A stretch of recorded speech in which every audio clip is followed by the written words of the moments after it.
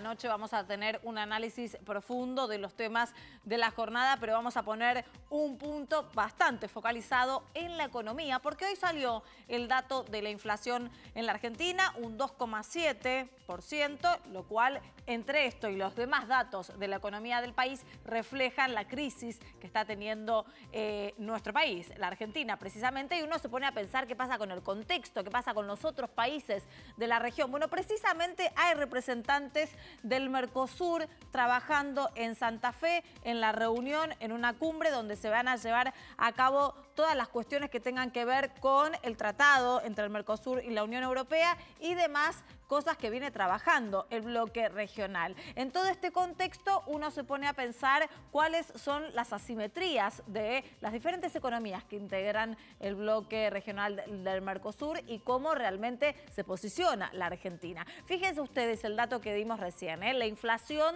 del mes pasado, 2,7, un 27% más que la inflación de Brasil, también en el mismo mes. Ante esta situación, con toda la situación crítica que está teniendo económicamente la Argentina, ¿cómo se planta nuestro país frente a sus socios del bloque regional? ¿Cómo realizan las diferentes negociaciones al sentarse con los otros países del Mercosur y las diferentes economías que tienen en el bloque? Vamos a analizar todo eso en el día de hoy. Arrancamos.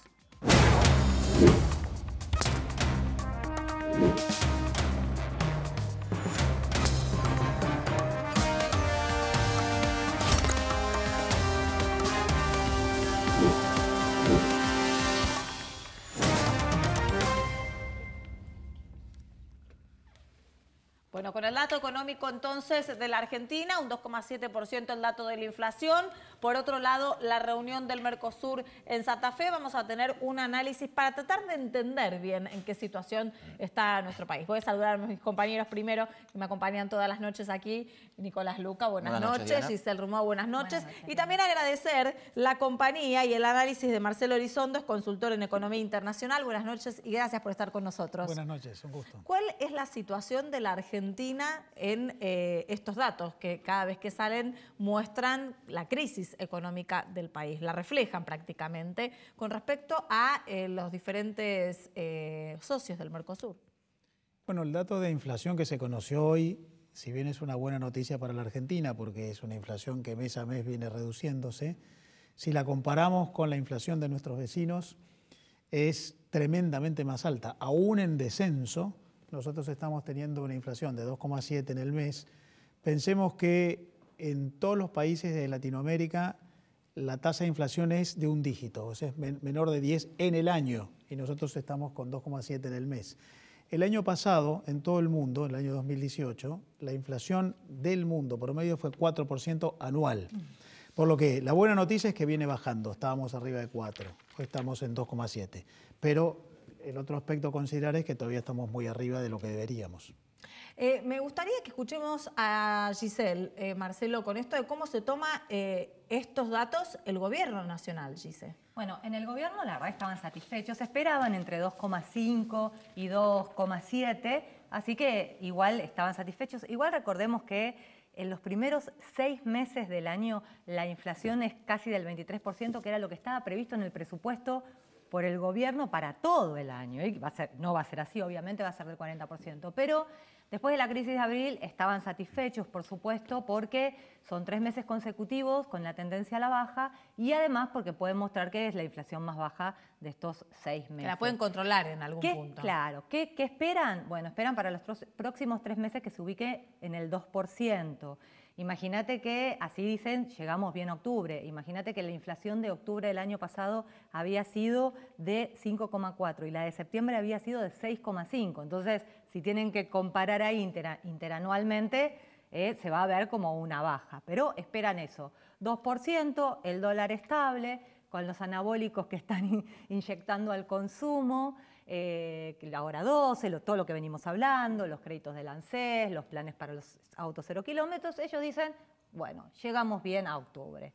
La pregunta que le quiero hacer a Marcelo es, ¿se está previendo un dólar, dicen los economistas, para fin de año a 50?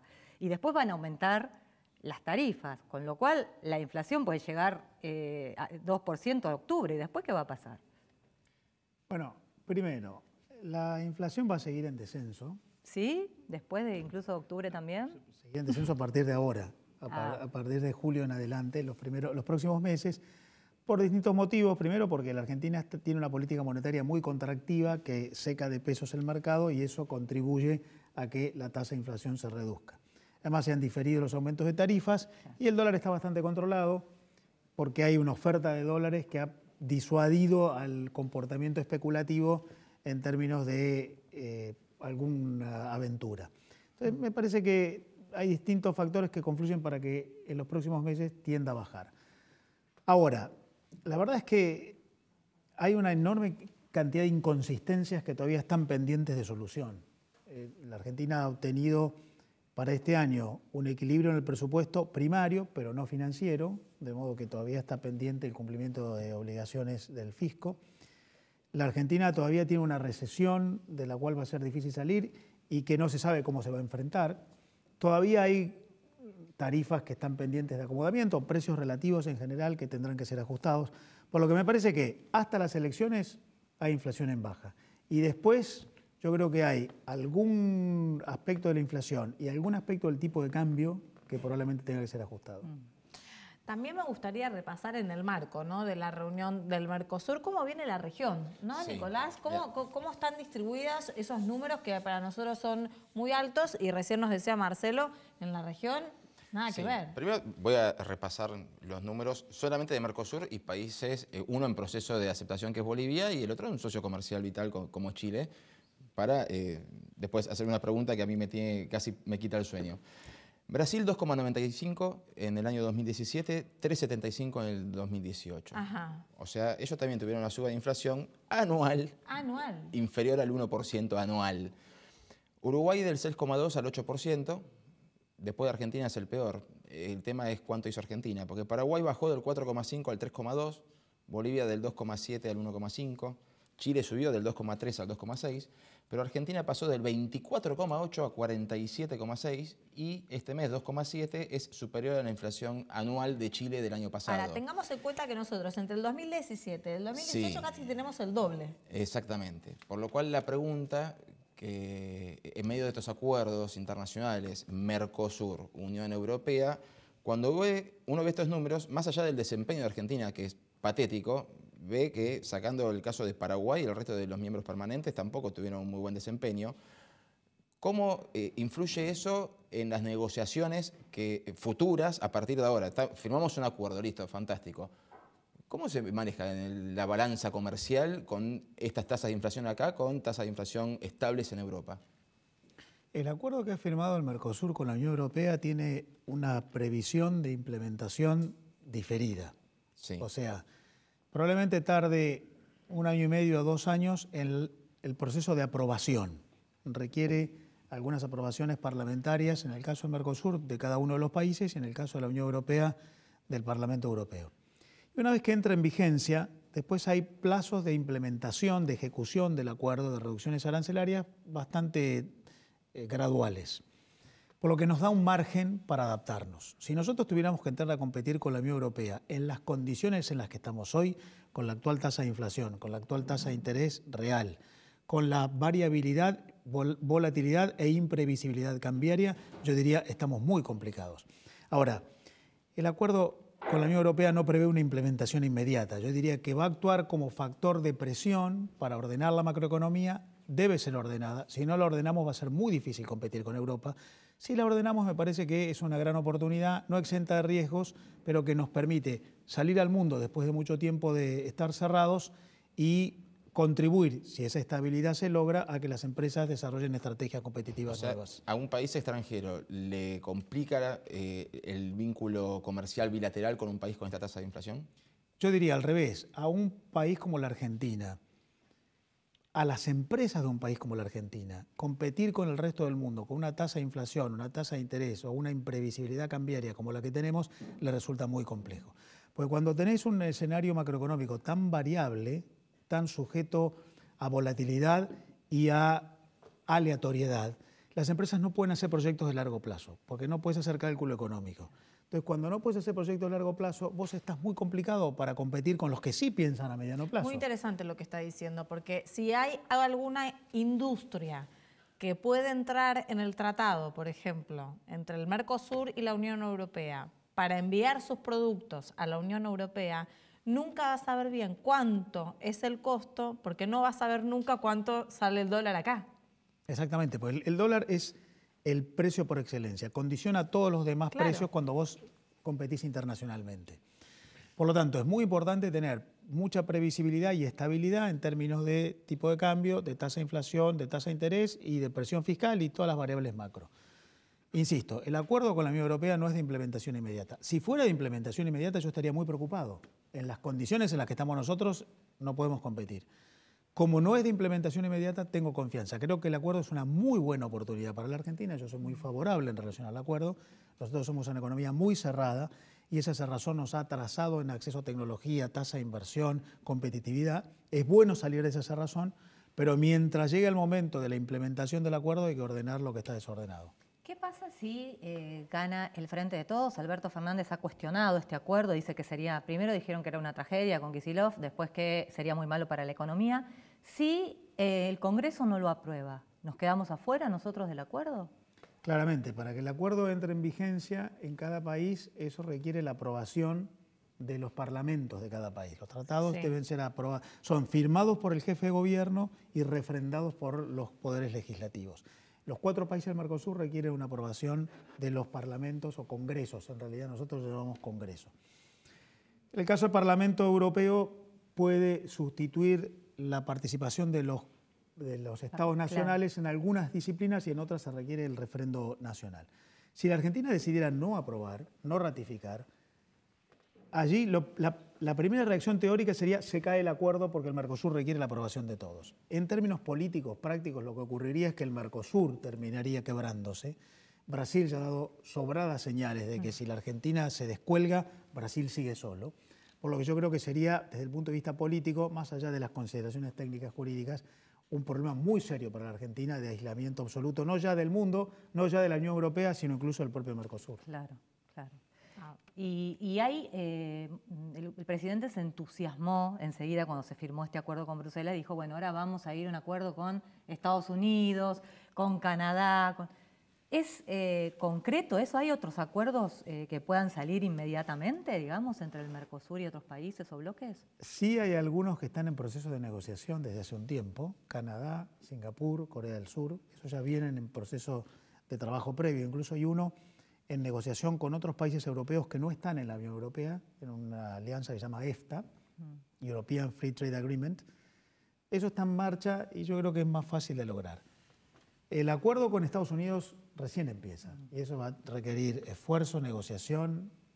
Lo que pasa es que ahora lo venía impulsando Jair Bolsonaro, que ahora es el presidente pro tempore del Mercosur, entonces quizás puede llegar a tener un impulso. Sí, porque Bolsonaro es, en primer lugar, el gran disruptor en Latinoamérica de los últimos meses. Cuando Bolsonaro asume el 1 de enero de este año, impulsa al Mercosur hacia una flexibilización y una mayor internacionalización. Yo creo que el rol de Bolsonaro es tan importante como el de Macri en la consecución del acuerdo con la Unión Europea.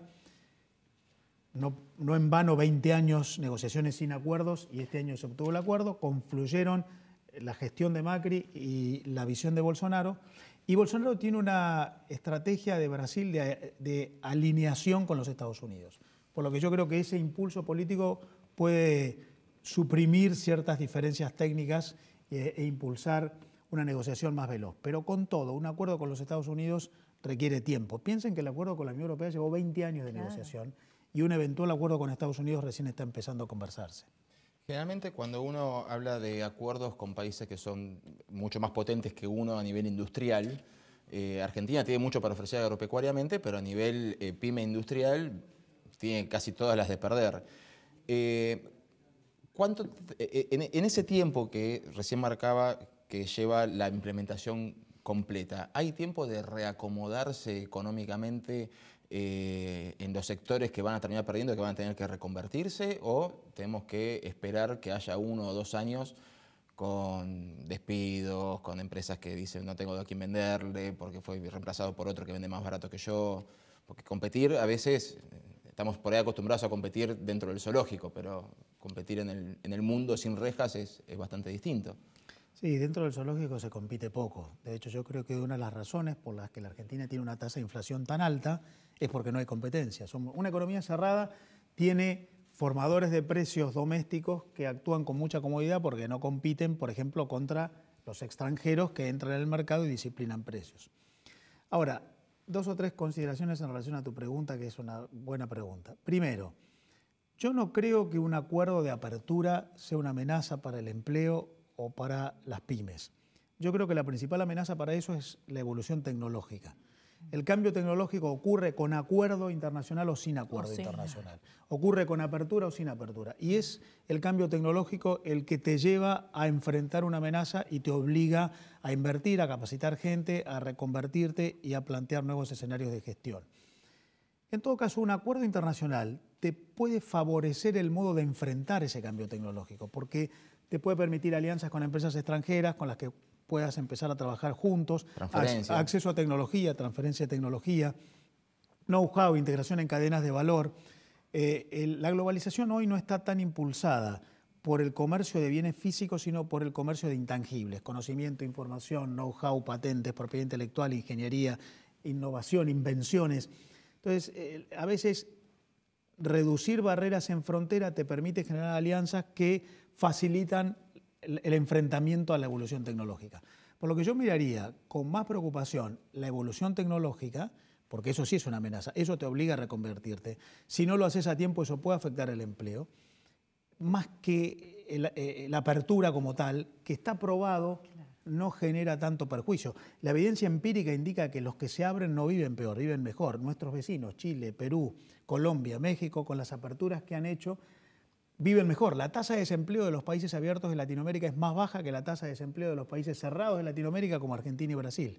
Lo que hay que enfrentar con acierto y con mérito es el cambio tecnológico. ¿Y qué es lo que lo impide? Bueno, si uno está sometido a la competencia internacional, como estos acuerdos de apertura permiten, hay menos impedimentos, porque hay acceso a inversión, hay alianzas entre empresas, hay tecnología más accesible. Yo diría que lo primero que hay que hacer es ordenar la macro, como dijimos recién, porque es difícil acceder a la tecnología cuando no hay financiamiento, cuando el precio en dólares sube. Segundo, hay que consolidar procesos de apertura, no solamente con la Unión Europea, con muchos otros mercados. Y tercero, hay que plantearle a las empresas de nuestro país que desarrollen estrategias internacionales, porque lo internacional va al lado de la evolución tecnológica. Nosotros tenemos muy pocas empresas internacionales, muy pocas exportan de manera significativa, menos de 300 o 400 empresas en la Argentina exportan por números relevantes, por lo que hay un conjunto de cosas que lo impiden, da la impresión de que se empiezan a reducir algunas barreras, otras están incólumes. Hay una mezcla de cambios en las políticas públicas necesarios, cambios en las estrategias de las empresas necesarios y cambios en el entorno mesoeconómico, infraestructuras, acceso a recursos, son varias cosas. Habría que evaluar, ¿no es cierto? Porque a veces los argentinos, ¿no?, yendo un poco a los diferentes ciudadanos que lo leemos a usted cuando escribe y que sabe un montón y después vemos otras reacciones, siempre nos queda como un sesgo de desconfianza ante estas cuestiones. Miedo. Y que van a ir en detrimento del trabajador o de la industria nacional. Bueno, a ver, yo creo que la mejor manera de entender estas cosas es analizar lo que le ha pasado a los vecinos que han hecho lo mismo. México es el país de Latinoamérica más abierto. Tiene acuerdos de libre comercio con Estados Unidos, con la Unión Europea, con China. ¿Saben cuál es la tasa de desempleo de México? 4%. ¿Cuál es la tasa de desempleo de Argentina y Brasil? Que son los países más cerrados, con aranceles altos, que hasta ahora no hemos querido abrirnos. 10 o 12% Argentina o Brasil. Por lo que la evidencia empírica no indica que la apertura te lleve al fracaso o a la ruptura de los entramados industriales. Yo diría que el problema es si vos te abrís, si no ordenaste la macroeconomía. Si vos seguís con un sistema impositivo que desalienta la inversión y alienta comportamientos de corto plazo, con una inflación que es de las 5 más altas del mundo, con una tasa de interés inalcanzable que es consecuencia de los problemas fiscales. Bueno, si tenés todo ese conjunto de desórdenes, el problema es ese, no la apertura. Y si tenés eventualmente alguna destrucción del entramado productivo o del empleo, el problema son los desequilibrios, no la apertura.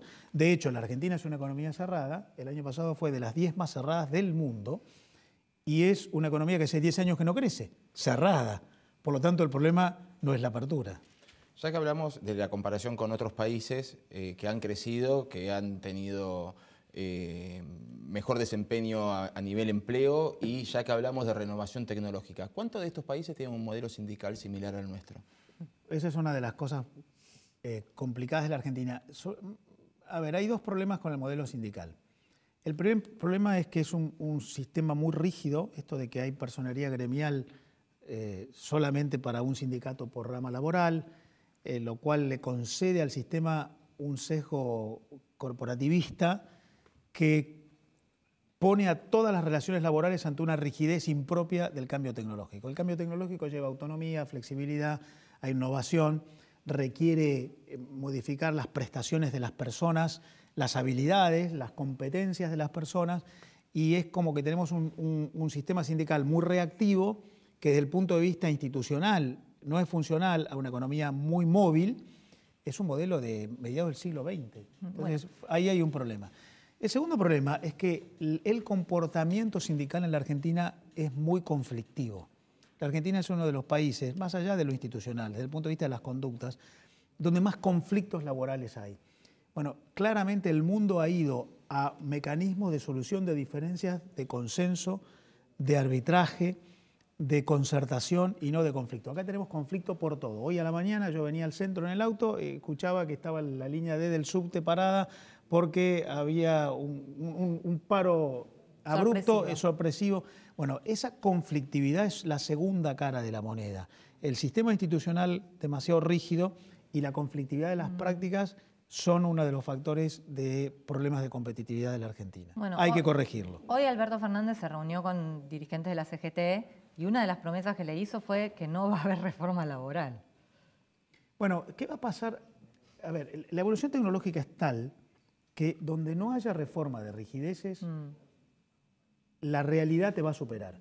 ¿Qué va a pasar si no hay reforma laboral? Si las leyes siguen siendo tan rígidas y tan inflexibles y tan contrarias al nuevo mundo del trabajo, que es de dinamismo, innovación, cambio. ¿Qué va a haber cada vez menos trabajadores formales? ¿Qué va a haber cada vez más trabajadores informales o monotributistas que facturan o responsables que no van a tomar las empresas, empleados? Claro, porque el mundo está avanzando hacia una flexibilidad que acompañadas por la ley ocurrirá inexorablemente. Y si no, no habrá generación de empleo, que es lo que pasa en la Argentina. Los países con más flexibilidad laboral son los que más empleo generan y los que tienen más rigidez son los que menos empleo generan.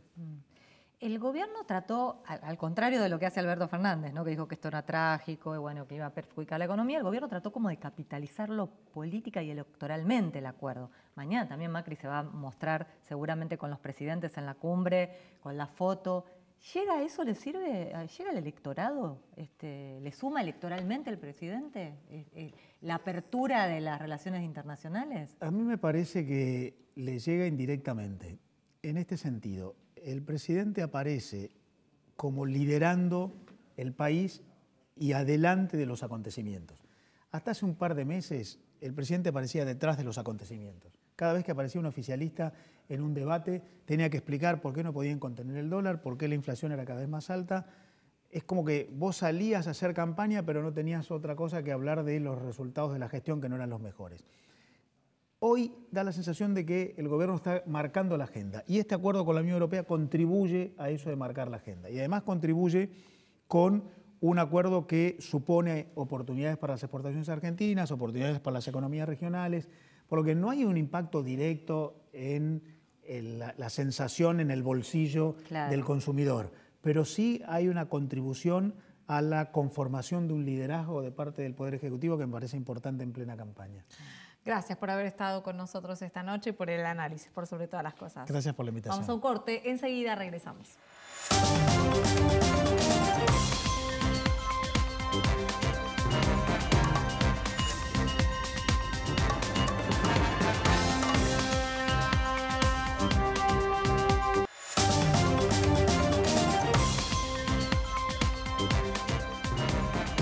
se anunció el servicio cívico voluntario y ha dado un montón de repercusiones al respecto, a favor y en contra, por supuesto. Vamos a debatirlo también en la mesa de aquí, hoy nos toca a la noche, por eso vamos a sumar también a Santiago Ladino para que podamos ver la perspectiva de todos nosotros en cuanto al tema. Presentanos un poco, Nicolás, de qué se trata, cuáles son los elementos y la información que tenemos que tener en cuenta, que quizás uno, teniendo el título, no sabe. Sí, nos tomó por sorpresa a todos porque fue un anuncio de esta tarde. Es algo que, sin embargo, Patricia Bullrich venía trabajando hacía 10 meses y que hace 15 días les planteó en una reunión de gabinete. Y al presidente y a su jefe de gabinete les encantó la idea. Es un servicio voluntario que va a ser prestado en sedes de gendarmería, en 3 lugares distintos en la provincia de Buenos Aires, en González Catán, en Campo de Mayo y en Mercedes, después provincia de Río Negro, el interior de la provincia de Córdoba. Eso es como para la prueba piloto. Apunta en la prueba piloto para probar si funciona, ahora vamos a explicar qué, para 1.200 chicos de entre 16 y 20 años que no estudian ni trabajan, los antiguamente conocidos como niní. Bueno, ni estudian ni trabajan, bueno, 1.200 casos, 1.200 chicos de entre 16 y 20 años en un primer modelo. Como fue presentado, van a estar a cargo la docencia, a cargo de gendarmes, de oficiales de gendarmería. Tengan en cuenta que cada una de las fuerzas federales tienen sus oficiales y oficiales. Remarco oficiales no por una cuestión de discriminación, sino porque son las personas que han estudiado más años para ocupar esos cargos. No van a tener contacto con armas, ni siquiera las van a ver de cerca porque los docentes, gendarmes... los chicos no van a tener contacto con armas. No las van a ver ni de cerca, según, repito, cómo fue presentado. Claro, por no supuesto. van a verlas ni de cerca porque los docentes tampoco van a portar armas al momento de dar clases. Se les va a enseñar oficios, se los va a entrenar físicamente para que tengan mejor estado físico. Van a tener contacto con animales, o sea, todas cosas que por ahí en contextos urbanos no ocurrirían con demasiada frecuencia, y a lo que apuntan desde el lado, como fue planteado, perdón que insista en esto, es que es una forma de darle motivación y oficio y enseñarle algo a chicos que no han terminado la secundaria, en muchos casos no han terminado la primaria, y contenerlos de algún modo. La primera prueba piloto de 1.200 casos es absolutamente a título gratuito. Ya para la segunda etapa, si es que funciona, se contempla el pago de becas. Nico, a ver, para que pongamos un poco en contexto esto, me gustaría saber también, porque uno a veces desde la ciudad no tiene tanto contacto con gendarmería, ¿cuál es la relación? Porque esto se basa más que nada en el interior. ¿Cuál es la relación de la gente del interior del país con esa fuerza? Bueno, hay 2 formas de ejemplificarlo. Número 1, cada vez que un intendente tiene problemas de inseguridad en la zona, son los propios vecinos en el interior de la provincia de Buenos Aires o en cualquier otra provincia que piden, manden no gendarmería, le piden al gobierno nacional. No piden ni policía federal ni prefectura, piden gendarmería. ¿Por qué? Porque es el contacto más cercano que han tenido siempre. Gendarmería fue creada para rutas nacionales y fronteras. En realidad, donde no deberíamos verlos es en la ciudad de Buenos Aires. Pero durante muchos años hubo como una deformación y empezó la competencia entre la federal, gendarmería y prefectura.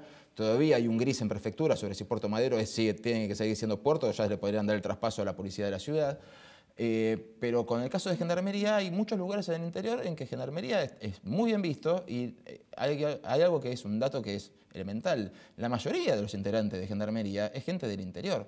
Vos querés sumarte a una fuerza federal, estás en un pueblo alejado de la capital de tu propia provincia, y gendarmería es lo primero que se te viene a la mente para hacer una carrera. ¿Por qué? Porque empezás a conocer el país, tenés un sueldo fijo, tenés obra social para vos y toda tu familia. Es una salida laboral. Es una salida laboral muy interesante.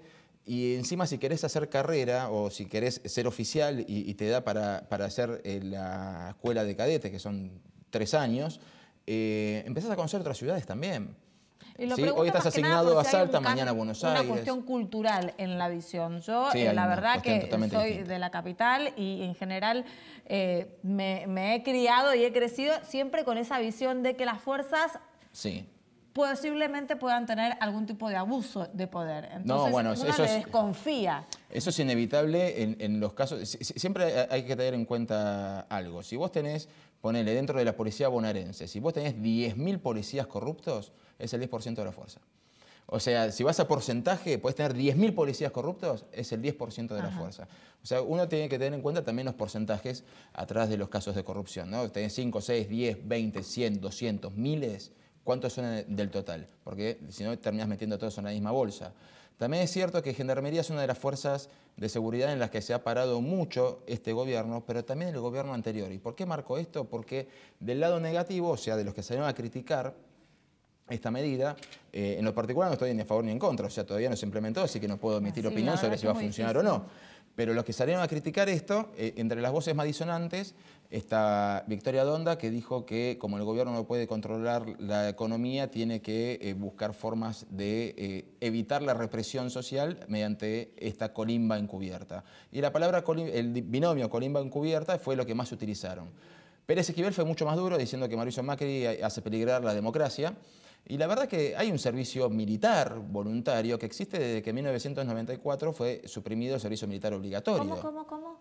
¿Hay un servicio militar? Hay un servicio militar. Yo la verdad que no sabía, no tenía el dato. Sí, de 1994 está. Es voluntario y es un servicio militar. ¿Se puede militar. hacer el servicio militar en la Argentina? Sí, pero es un servicio militar. Lo dan las Fuerzas Armadas. Voluntario. Las Fuerzas Armadas, que no son las fuerzas de seguridad. Hay una gran diferencia. Las Fuerzas Armadas te preparan para cuestiones, hipótesis de conflicto bélico. Sí. Las fuerzas de seguridad te preparan para cuestiones urbanas. Por eso siempre está separado y nunca el ejército debería intervenir en cuestiones de seguridad interna. Ahora, en este caso, por el lado negativo, podemos llegar a decir que bueno, hay determinados planteos de sospechas que, claro, ¿qué te va a enseñar un gendarme? ¿Te puede enseñar cuestiones físicas? Sí, fantástico. ¿Te puede enseñar cómo tratar enseñar oficios? También te los puede enseñar los oficios. Ahora, en lo que tiene que ver con educación ciudadana, tienen miedo los críticos, que es un miedo factible, que sean adoctrinados en una visión de la sociedad de parte de una persona que está, por su función, destinada a la represión del delito, sea cual fuera sus formas. Pero por el otro lado nos encontramos con el tema de la contención social. Porque cuando se eliminó el servicio militar obligatorio, tenías uno de los principales planteos que quemaba, era tenemos que cerrar esto, ¿por qué? Porque ya las denuncias, recordemos que fue el caso Carrasco, ¿no? Atrás de la muerte del conscripto Carrasco empezaban a surgir denuncias, pero eternas, tipo que llevaban 20 años que habían terminado el servicio militar obligatorio, decían, no se hacían desastres, nos castigaban físicamente, nos mataban de hambre. Total abuso de poder. Un montón de situaciones de abuso que también dentro del contexto no eran la totalidad, quemaba el tema en las manos, Menem decidió suprimirlo por decreto, pero el lado negativo de esa supresión es que había un montón de personas que entraban al servicio militar sin la primaria o sin la secundaria y salían con un oficio en sus manos y con cierto respeto por la autoridad y una educación ciudadana que no se tenía de otra forma. Eso se perdió en el 94, fue un reclamo sectorial muchas veces. Y el último dato, y con esto te cierro, es que más allá de las críticas, y si nos cae bien o nos cae mal Patricia Bullrich, la realidad es que cada vez que Patricia Bullrich tira una medida que resulta polémica para todo el sector progresista de la política, recibe un margen de aprobación entre el 65 y el 80%. El protocolo de armas tuvo una aprobación del 70% y estuvimos todos criticándolo. O sea, la sociedad argentina, parte del electorado argentino, a Patricia Bullrich la miran con ojos de amor y las fuerzas de seguridad la adoran a pesar de su pasado. Nicolás, no cierres el tema, porque me gustaría también igual saber tu opinión acerca de esta implementación, pero también la opinión de ustedes. Chicos, no sé si vos, Gise o Santi. A mí me parece que lo que es materia de deporte es un lugar de contención por excelencia, ¿no? Creo que históricamente es ese sector donde también moldeó, donde también estimuló a los chicos que no tienen trabajo, que no tienen estudio. Eso. De hecho, ese es el lugar que los chicos también con menos recursos se estimulan en el deporte. A veces es un poco contradictorio cuando escuchás recortes en lo que es materia de deportes. Creo que debería haber muchísimas más políticas de Estado con referencia al deporte. Los clubes de fútbol profesional, son lugares donde reciben en sus pensiones a futbolistas, a chicos con talento, pero eso, subrayemos, chicos con talento, donde a medida que pasa el tiempo comienza una selección un poco cruel para el que es funcional en el medio seguirá y el que no se lo descarta. Claro, si el objetivo es contener, también el deporte puede ser una buena herramienta. Creo que el deporte, en definitiva, me parece que es un lugar que históricamente es por excelencia y debería haber muchísimas más políticas que tengan que ver con esto. ¿Dice? A mí me pasa lo mismo que a Nico, que me hace un poco, y que lo que dijiste vos, ¿no? Me hace un poco de ruido que sea Gendarmería el que se haga cargo de esta suerte de servicio. Por supuesto que no estoy de acuerdo con lo que dijo la izquierda ni el ultrakirchnerismo. Pensemos que hasta Alberto Fernández se diferenció de esas declaraciones. Primero dijo es mejor que le den trabajo temprano, y cuando salió de la CGT, a los jóvenes, y después dijo, bueno, es mejor que hagan algo antes que no hacer nada. ¿Por qué? Porque seguramente se dio cuenta que lo que está haciendo el gobierno con esto es también marcar la agenda. Le está marcando la agenda a la oposición. Se retomó la iniciativa, puso la propuesta sobre la mesa y hoy toda la oposición se dedicó a cuestionar la propuesta yendo detrás de una iniciativa del gobierno. Eso desde la estrategia política. Pero después, desde el hecho en sí, también me hace ruido que sea Gendarmería. No me parece mal, pero no sé por qué Gendarmería, ¿no? Bueno, a veces esto que mencionábamos, ¿no? Que en el interior tienen otro tipo de relación con los gendarmes, con una cercanía diferente y como que es una salida laboral que te da carrera cuando uno no tiene posibilidades. Sí, hay dos motivos por los cuales hace que esto sea difícil de cuestionarlo. O sea, por un lado, que no sea obligatorio es algo que a mí me parece ideal, ¿no? O sea, el principal problema que tiene el servicio militar obligatorio es que te estaban obligando a hacer algo durante 2 años. Obligarte es ir en contra de tu voluntad. Ahora, es muy difícil pegarle a una medida en la cual a personas que por ahí viven en casillas precarias le van a dar durante el tiempo que dure, que creo que dura 1 año, el servicio militar, el servicio cívico, perdón, fíjate, este servicio cívico. Claro. Durante el año que dure este servicio cívico van a tener una vivienda en un lugar con material de construcción, 4 alimentos diarios, o sea, es muy difícil ir en contra de algo cuando están sacando a la persona de una realidad y la meten en otra realidad, por más que esa realidad no sea la deseada.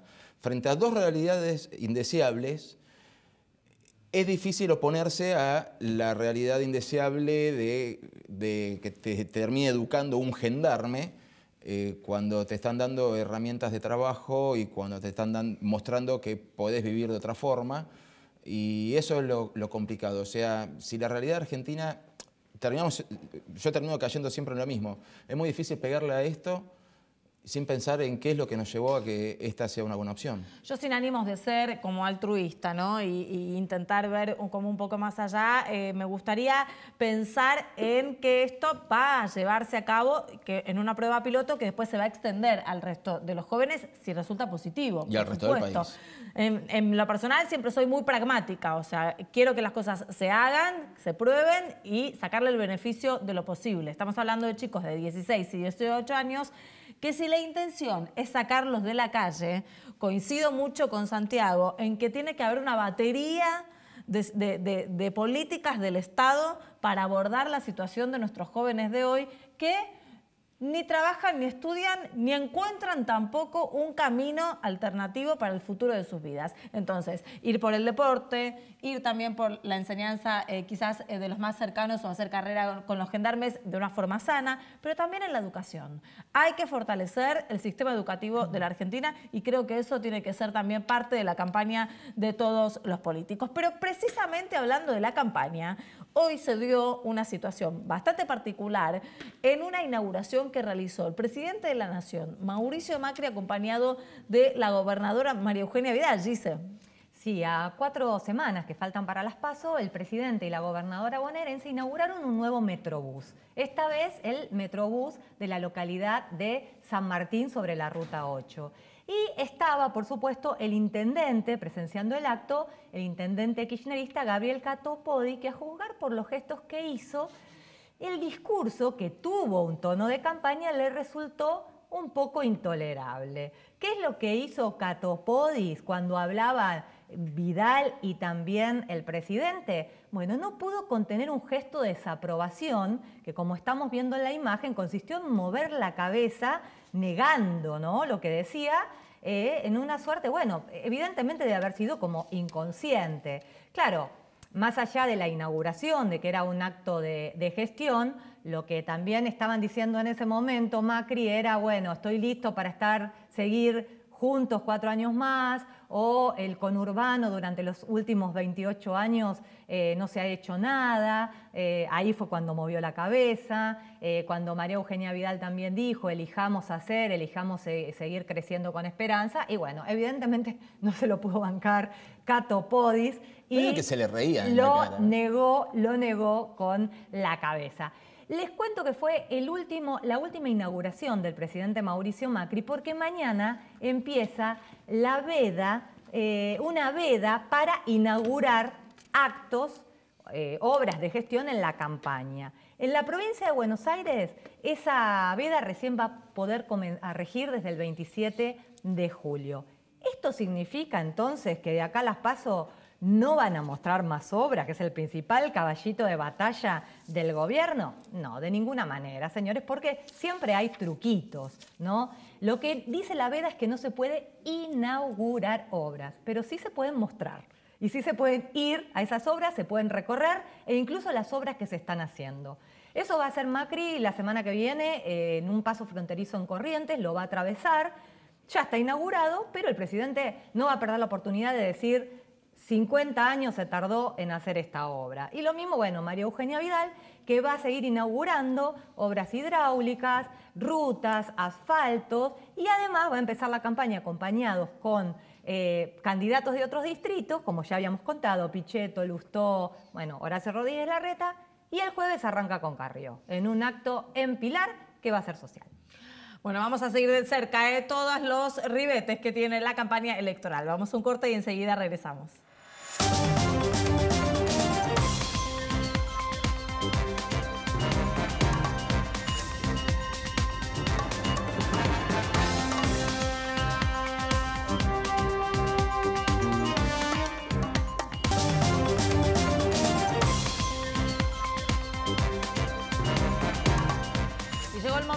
El momento ladino, como de ahora en más le pienso llamar, porque hay información del deporte también en cuanto a un fondo de retiro para los jugadores, ¿no, Santi? Así es, Diana. Tanto la AFA como el gremio de los futbolistas anunciaron un fondo de retiro. Vendría a ser una jubilación para sus futbolistas. Lo anunció Chiquitapia, el presidente de la AFA, junto con Sergio Marchi, el titular del gremio. Esta es algo que ya desde el 2013 estaba iniciado, pero recién ahora, digamos, como que lo revalidaron. Sería como la segunda parte de lo que es este fondo de finalización de carrera. Entonces esto no es nuevo en realidad, ya venía de antes. No es algo nuevo, pero como sufrió varias modificaciones, entonces lo anunciaron fuertemente y lo promocionaron, porque creo que también de eso se trata, ¿no? De promocionar varios de los cambios que están tratando de dar en AFA y el gremio. Uno de ellos, bueno, es esto, el fondo final de carrera, que contempla al fútbol femenino y al fútbol masculino. Recordemos que el fútbol femenino es profesional desde marzo, de hace muy poquito, y recién ahora una de las medidas nuevas es también incluirlo en el fondo de finalización de carrera. El premio que van a percibir los futbolistas que se retiren va a ser de 28.500 pesos, que sería el sueldo mínimo de la B Nacional, que antes era de la B Metro. Ajá. No solo hubo un aumento en eso, sino que también hubo una modificación en los años a computar. Antes tenías que tener un mínimo de 8 años para poder percibir este premio. Ahora, un mínimo de 8 años jugando. Un mínimo de 8 años jugando como profesional para que recién ahí te computen los años y el premio que te corresponde. Bueno, ahora van a tener un mínimo de 6 años. Esto hace que incluya a muchos más futbolistas. Claro. Y después, bueno, el tema del premio del bono, sería como una especie de jubilación. ¿Pero por qué? Porque un futbolista aporta durante 15 años y hay que tener un mínimo de 30. Entonces vendría a ser como una especie de premio, como para que al finalizar su carrera tenga este bono que colabora. Me da la sensación de una especie de indemnización o jubilación. Es un reconocimiento, un bono, como para que el futbolista... ¿Lo paga? Lo paga el gremio y lo paga, bueno, todo monitoreado por la AFA, ¿no? Trabajan en conjunto, pero es un dinero que paga el gremio. Cosa que, por ejemplo, en Italia, en Holanda, todos los meses con tu recibo de sueldo te van descontando un dinero que es para esto y que cuando finaliza tu carrera ahí te lo devuelven.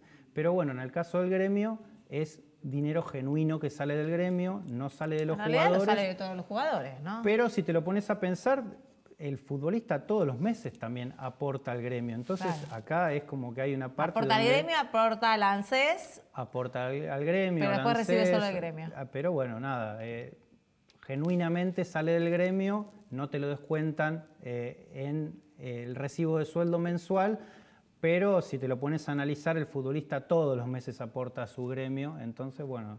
Me resulta interesante que ahora se aúna a las mujeres, ¿no? En esto de también tenerlas en cuenta en todas las medidas que se realicen por parte de la AFA. Es un tema también de lavar la cara de la AFA, claro, ¿no? Es un tema también de marketing, de dar otra imagen, de presentarse de otra manera. Hace muy poquito se le plantó a la Conmebol, pareciera como que intenta separarse de lo que es ese tema de corrupción. Hace muy poquito contener también a los jugadores. Salió las jugadoras de fútbol femenino salieron a criticar al cuerpo técnico. Entonces, en algún punto, cuando salen las estrellas a criticar la propia institución necesita, bueno, contener un poquitito para que no avancen las críticas, me imagino. Sí, sí, por supuesto. Hoy por hoy hay una AFA mucho más presente y mucho más encima de lo que le sucede al futbolista, con sus aumentos en los sueldos, en los mínimos, con un fútbol femenino profesional, y en épocas de política, donde es todo tan político, tener a una AFA y a un gremio a la altura de lo que está sucediendo en políticas de Estado o en políticas que tienen que ver con igualdad de género, por ahí es algo que ellos están tratando de ayornarse y de venderse distintos. Bueno, y después del momento ladino siempre llega la información que no podemos dejar pasar antes de terminar. Nicolás. Sí, fue condenado Luis Armando Gómez, alias Jun, el único detenido por el asesinato del homicidio de Brian Aguinaco el 24 de diciembre del 2016.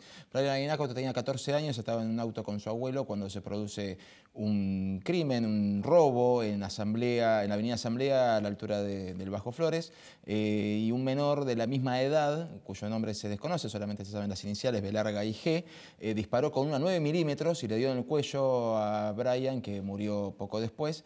El único detenido es este hombre que era el que manejaba la moto. Fue detenido y condenado a prisión perpetua más accesorias, no sale nunca, nunca, nunca más. ¿Qué pasó con el menor? Hoy los familiares denunciaron que él, cuando fue detenido, era menor de edad, era inimputable, menor de 15 años, inimputable. Se lo quisieron devolver en tenencia a los padres presos por narcotráfico, así que se lo mandaron a los abuelos. ¿Dónde vivían los abuelos? En Perú, fue a parar a Perú. Los propios familiares dicen que desde la Villa 1114 les dicen que el chico está caminando de vuelta por el barrio. Justicia media, para variar. Tremendo. Gise. Sí, bueno, Alberto Fernández hoy se reunió con los principales gremios de la CGT en la sede de UPCN. Después de tanta polémica que hubo de decir que la CGT le iba a dar de modo oficial o no el apoyo, bueno, logró la mayoría del apoyo de los gremios que integran la CGT a su candidatura presidencial. Estrenó nuevo discurso porque Alberto dijo, si gana Macri, nos vamos a quedar sin país, así que salió con un discurso más duro, más de miedo. ¿Y qué les prometió a los gremialistas de la CGT? Bueno, dos cosas. Que si gana no va a haber reforma laboral y que además va a devolver la categoría a la Secretaría de Trabajo a la categoría de Ministerio, lo mismo que a la Secretaría de Salud, la categoría de Ministerio de Salud. Bueno, chicos, hasta aquí hemos llegado. Buenas noches a todos. Nos vemos mañana, por supuesto, y con ustedes también. Nos vemos mañana aquí a las 23 en el canal de la Ciudad haciendo Hoy Nos Toca la Noche.